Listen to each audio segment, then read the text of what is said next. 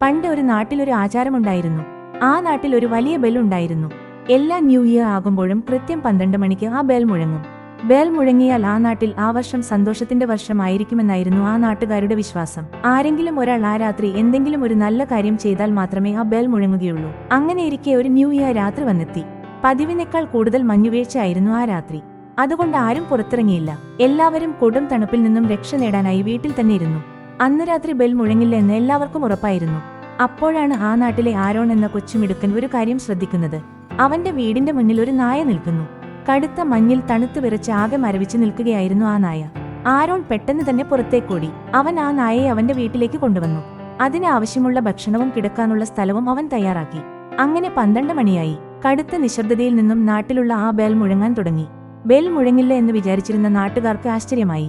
ഈ കൊടുംതണുപ്പിൽ ആരാണ് ആ നല്ല കാര്യം ചെയ്തതെന്ന് ആർക്കും മനസ്സിലായില്ല. തങ്ങളുടെ വർഷം നല്ലതാക്കിയ ആളോട് നാട്ടുകാർ മനസ്സിൽ നന്ദി പറഞ്ഞു.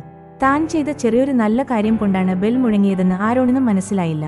ആരോൺ അവന്റെ പുതിയ കൂട്ടുകാരനുമൊത്ത് ന്യൂ ഇയർ മനോഹരമായി ആഘോഷിച്ചു.